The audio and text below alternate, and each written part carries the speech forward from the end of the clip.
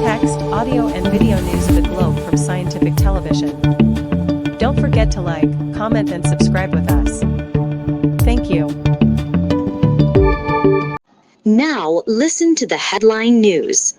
What we know about shooting of National Guards in Washington, D.C. Putin doubles down on demands for Ukrainian territory ahead of talks with U.S. in Moscow. France to bring in form of military service 25 years after conscription was phased out. Firefighters search for hundreds still missing in devastating Hong Kong tower blocks fire. Ban harmful content from social media instead of us, say Australian teens. Asahi says 1.5 million customers' data potentially leaked in cyber attack. High tech and huge robots inside Amazon's massive 550 million pound warehouse. I panic every time she coughs. Delhi's toxic air is making its children sick. Slot having sane conversations at club despite form. Venezuela bans 6 major airlines after tensions with U.S. escalate. Now listen to the detailed news. 2 members of the West Virginia National Guard were shot and seriously wounded near Farragut Square, only a few blocks from the White House in Washington, D.C. The attack occurred around 1400 EST on Wednesday while the soldiers were on a high-visibility patrol. Law enforcement officials responded quickly, and both victims were taken to the hospital in critical condition. The suspect, identified as 29-year-old Afghan national Ramanullah Lakhanwal, was apprehended after being shot 4 times during arrest. President Vladimir Putin has reiterated Russia's core demands for ending the war in Ukraine, stating that Moscow will only lay down its arms if Ukrainian troops withdraw from territories claimed by Russia.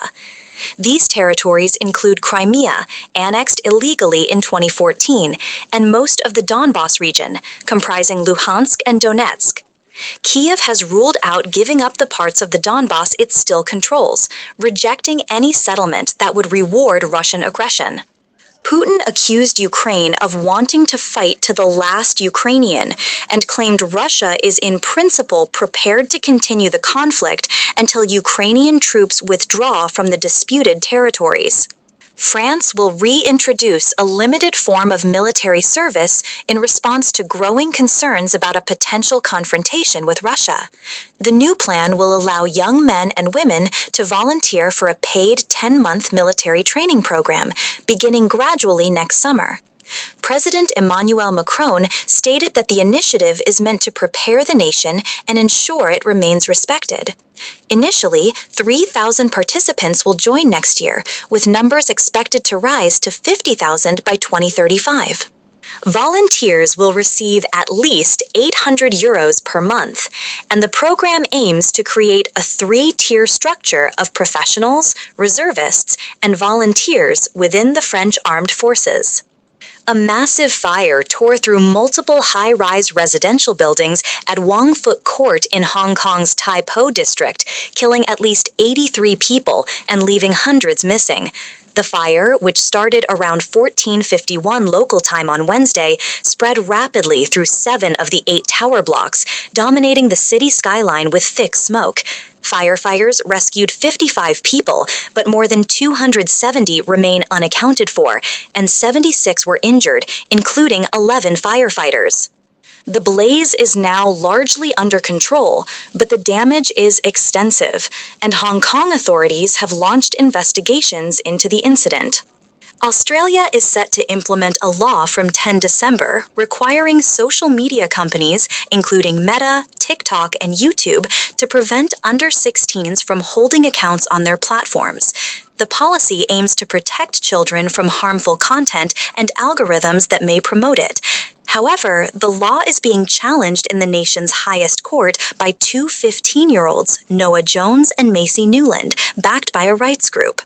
They argue that the ban limits their freedom of communication and access to information, particularly on topics like politics, and that social media also provides educational and social benefits.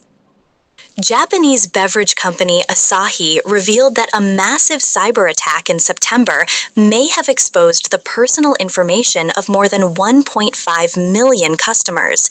The ransomware attack disrupted operations across its factories in Japan, forcing employees to process orders manually.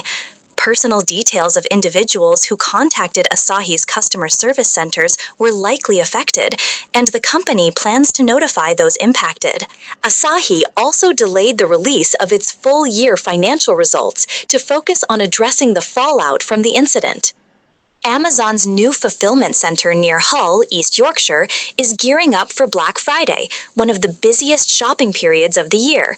The 11-week-old warehouse, covering the size of 11 football pitches and costing £550 million to build, employs 2,000 staff who pick, pack, and ship orders.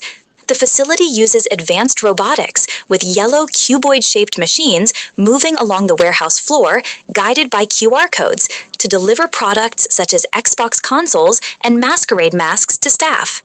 Employees then scan, pack, and prepare the items for shipping.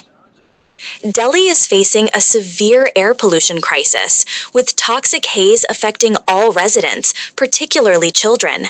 Pediatric clinics in Noida, near Delhi, report a surge in children suffering from coughing, sneezing, breathing difficulties, and pneumonia since October, when air quality levels reached hazardous ranges. The city's Air Quality Index, AQI, has hovered between 300 and 400, far above the World Health Organization's recommended limit, causing a dramatic increase in hospital visits and emergency treatments for young children.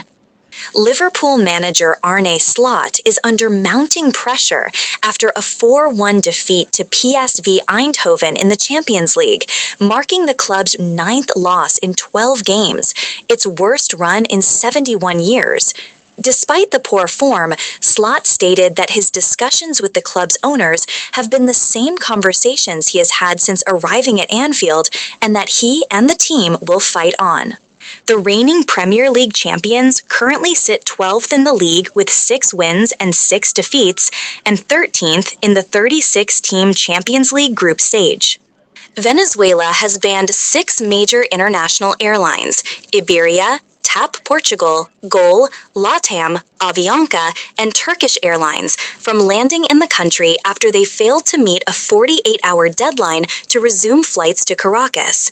The airlines had temporarily suspended their routes following a U.S. warning about heightened military activity in the region. While smaller airlines continue to operate, thousands of passengers have been affected by the ban. The Venezuelan Civil Aviation Authority stated that the airlines would lose landing and takeoff rights immediately, accusing them of joining the actions of state terrorism promoted by the United States government.